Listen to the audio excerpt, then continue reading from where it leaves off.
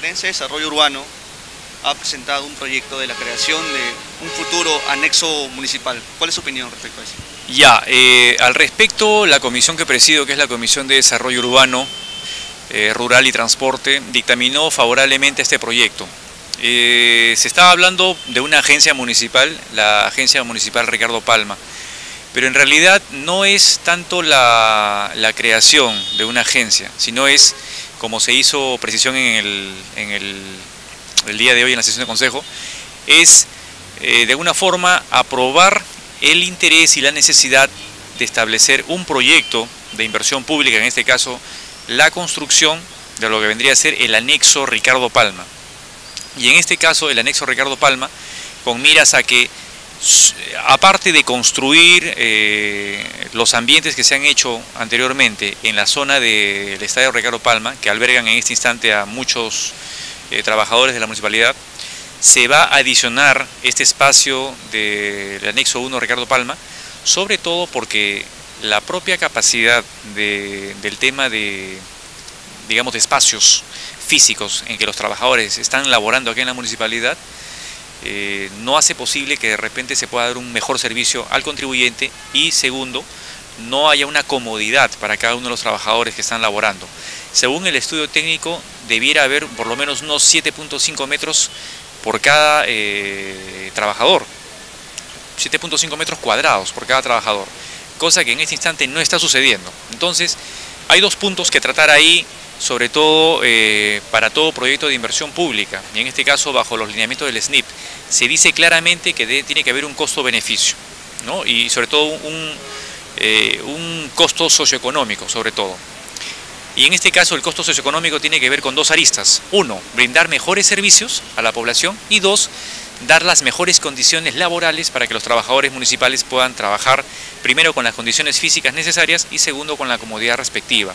Entonces, la aprobación el día de hoy en sesión de consejo de la, digamos, elaboración del proyecto de inversión, en este caso de prefactibilidad o de preinversión, en la que vamos a determinar con posterioridad cuánto costaría, hace que tengamos estos dos espacios en el Ricardo Palma para poder atender con mejoría a la población, dado que el proyecto en realidad está basado en lo siguiente, y esto es necesario que la población lo sepa, que en el momento en que este espacio, conocido como el Palacio Municipal, se derruya, porque se va a tirar todo abajo para construir el nuevo Palacio Municipal, esta población laboral, esta masa laboral que está en este local, se tendría que ir a este anexo 1, adicionándose a las labores que están haciendo en el estadio Ricardo Palma, en todas las instalaciones municipales.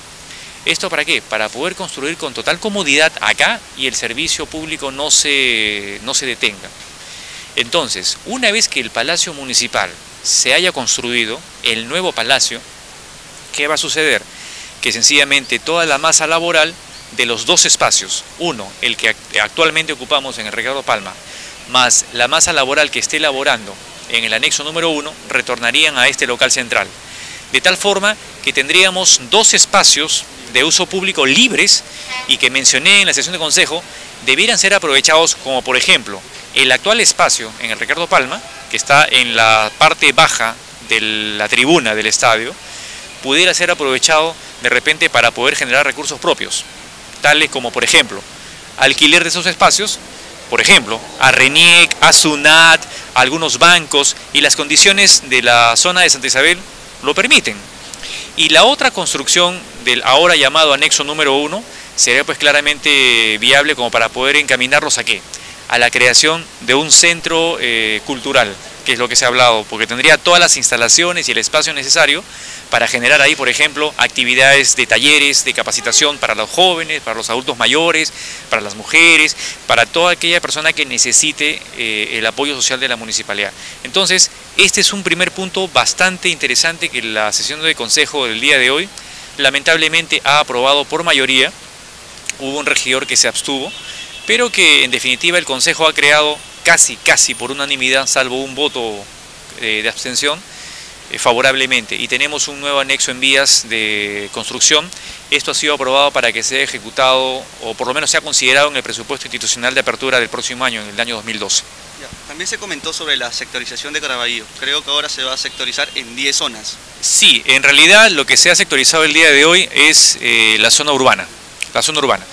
Y la zona urbana estamos hablando desde las primeras urbanizaciones, que estamos hablando de Santa Isabel, hasta la última parte del Progreso.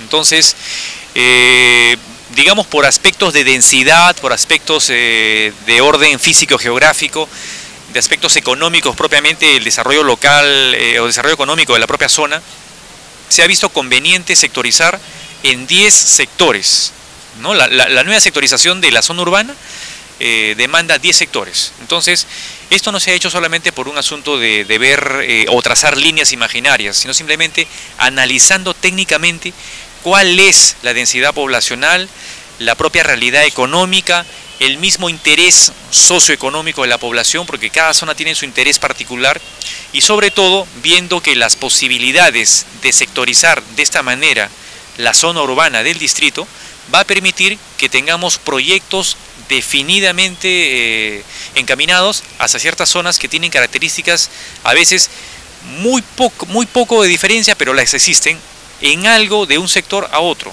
O sea, vamos a tener que tener proyectos ahí mucho más específicos por cada zona, y esta sectorización permite que tengamos proyectos más focalizados para cada zona urbana. También se aprobó un fondo de contingencia. ¿Cuánto beneficia eso al poblador de Caraballo?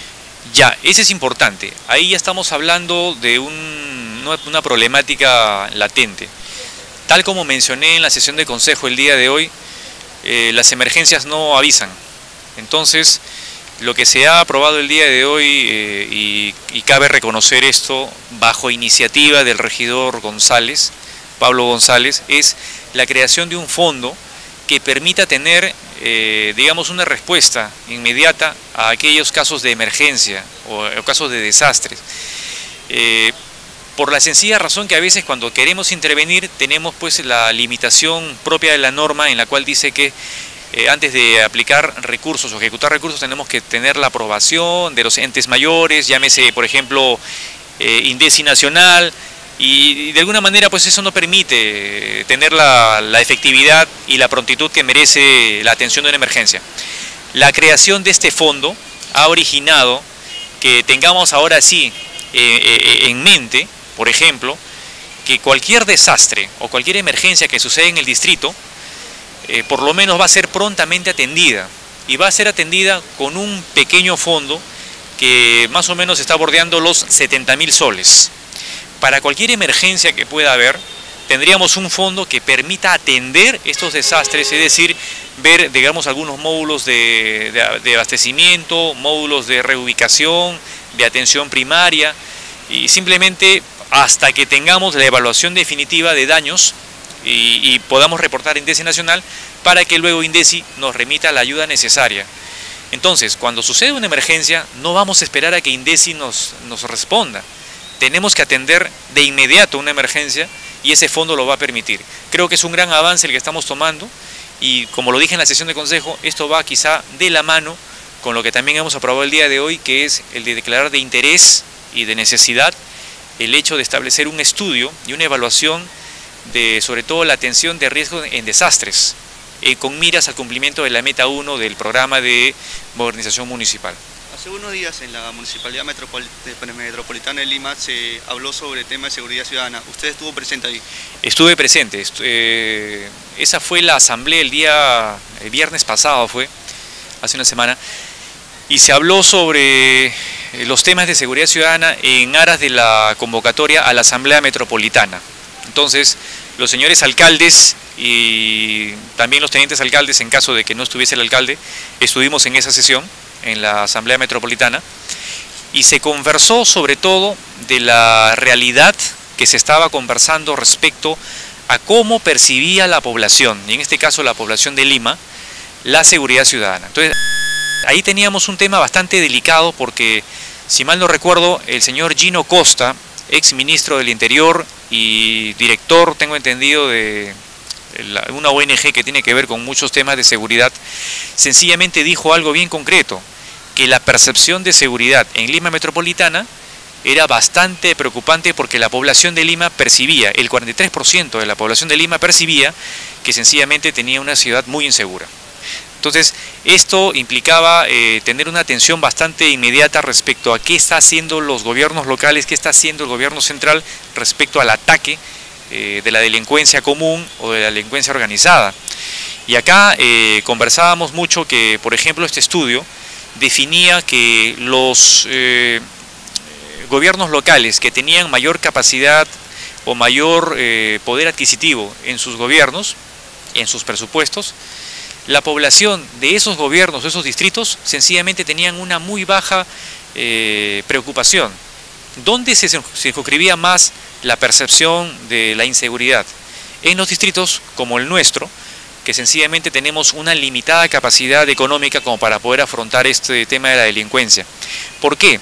Porque sencillamente los distritos más pudientes tienen mayor capacidad para poder tener unidades móviles, más personal de serenazgo, y obviamente la ciudadanía se siente más segura viendo pues más patrullaje y más efectivos. Y obviamente también era preocupante en ese estudio que se analizó en la Asamblea Metropolitana, que sencillamente la población, a pesar que desaprueba la gestión de la Policía Nacional, también desaprueba la intervención y la gestión de los serenazgos de los distritos. Pero valgan verdades, también lo mencioné en algún momento, en alguna entrevista radial, la percepción de malestar era menor en el serenazgo. Entonces, ¿eso qué implica? Que a pesar que la población tiene preocupación respecto a la actuación de la policía y el serenazgo, por lo menos confía más en el sereno, por lo menos ve más cercano al sereno que al policía. Entonces, es también un tema preocupante, ¿no? Porque nuestra Policía Nacional, con todas las limitaciones que tiene, yo creo que mal que bien está haciendo su labor con mucho ahínco, pero sencillamente la población no lo percibe así, ¿no?